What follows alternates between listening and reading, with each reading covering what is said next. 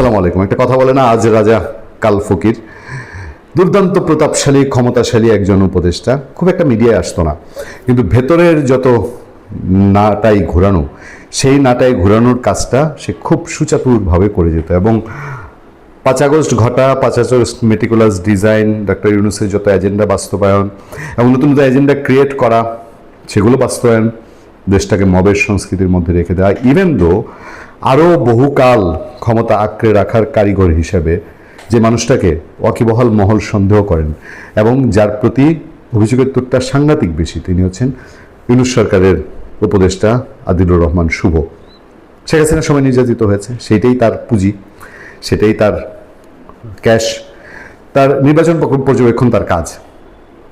নির্বাচন পর্যবেক্ষণ নিয়ে ভালো ধান্দা হয় বাংলাদেশে, এটা একটা সাংঘাতিক ধান্দার কর্ম। সেই লোক ক্ষমতায় থাকাকালে উপদেষ্টা আদিলুর রহমানের নামটা আপনি মুখে নেবেন। আমরা যারা শো করতাম, আমরা যারা আলোচনা করতাম, আদিলুর রহমানকে নিয়ে দেখবেন কেউ তেমন একটা কথা বলেনি, আলোচনা করেনি, বা আদিলুর রহমানের সুকর্ম কুকর্ম, তার আমলনামা, এসব নিয়ে খুব বেশি আলাপ হতো না। সে আদিলুর রহমান কয়দিন গেল উপদেষ্টা পরিষদ থেকে বিদায় হলো?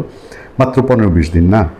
এই 15-20 দিনের মাথায় বাংলাদেশের বিমানবন্দরে তাকে ঠেকানো হবে, বিমানবন্দরে তাকে কেউ বলছে হেনস্থা, কেউ বলছে তাকে চেকিং করা হয়েছে। স্পেশাল ব্রাঞ্চ খুব বেশ তৎপর, এবং এই দিনটা দেখতে হবে উপদেষ্টা আদিলুর বোধহয় ভাবে নাই। আর অন্য উপদেষ্টারা যেগুলো এখন পর্যন্ত বিমানবন্দর দিয়ে লেফট রাইট করে নাই, তাদের নিশ্চয়ই একটু কলিজা কামড়াবে। ঘটনা কি, কয়দিন আগেই তো আমরা বিমানবন্দরে গিয়ে ম্যাগজিন নিয়ে যেতাম, বন্দুকের ম্যাগজিন ফেলায় আসতাম, আমাদের বাসায় সেটা আবার অফিসার লোক এসে পৌঁছায় দিত। আইন কারণ কিসের তোয়াক্কা করতাম, ভিভিআইপি মর্যাদায় গ্রিন চ্যানেলে সবার যাওয়া আসা। হ্যাঁ, সেই উপদেশটা যখন ধরা খায় তখন একটু নিশ্চয়ই একটু উৎসুক চোখে, একটু বাঁকা চোখে তাকানো বিষয় থাকে।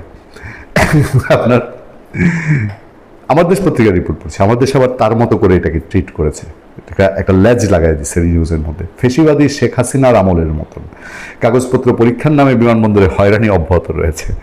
কি হয়েছে এটা পরে বলছে। অন্তর্বর্তী সরকারের সদ্য বিদায়ী উপদেষ্টা মানবাধিকার সংগঠন অধিকারের সম্পাদক আদিবুর রহমান খানকে হযরত শাহজালাল আন্তর্জাতিক বিমানবন্দরে হয়রানির অভিযোগ উঠেছে। কি হয়রানি? নেপালে জাতীয় সংসদ নির্বাচনে আবার যাচ্ছে দোকানদারি করতে। নেপালে জাতীয় সংসদ নির্বাচনে আন্তর্জাতিক পর্যবেক্ষক হিসেবে যাওয়ার উদ্দেশ্যে সোমবার বিমানবন্দর ইমিগ্রেশনে গেলে সেখানে দায়িত্ব হতো স্পেশাল ব্রাঞ্চের এসবি পুলিশ সুপার। স্পেশাল ব্রাঞ্চের এসবি পুলিশ সুপার তারা তাকে জিজ্ঞাসা করেছে ঊর্ধ্বতন কর্মকর্তার সঙ্গে। সেখানে ইমিগ্রেশনের পুলিশ দায়িত্ব হতো কয়েকজন জানাচ্ছেন, মানে একদম পুরো রিপোর্টটা একটা এমনভাবে সাজানো হয়েছে যেটা বলার মতো না। যে স্পেশাল ব্রাঞ্চের বিমানবন্দরে ইমিগ্রেশনে গেলে সেখানে দায়িত্ব হতো স্পেশাল ব্রাঞ্চের পুলিশ সুপার, তাকে দীর্ঘক্ষণ বসিয়ে রাখেন, তার কাছে নানা ধরনের প্রশ্ন জিজ্ঞেস করেন।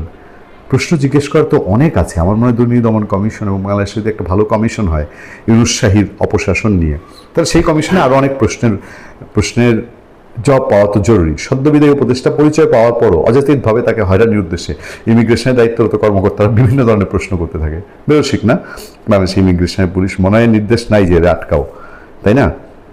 তিনি নেপালে নির্বাচন পর্যবেক্ষণে যাওয়ার উদ্দেশ্যে বিমানবন্দরে কিঞ্চিত নাস্তানাবুদ উপদেষ্টা আদিলুর গুরুত্বপূর্ণ তথ্য দিলেন আতিক রহমান পূর্ণিয়া। স্পেশাল ব্রাঞ্চের কর্মকর্তারা কিছু করে না, কিছুদিন না থেকে থাকে ডালমি কুচ কালা হয়, সেই কালাটাই আমরা জানতে চাই।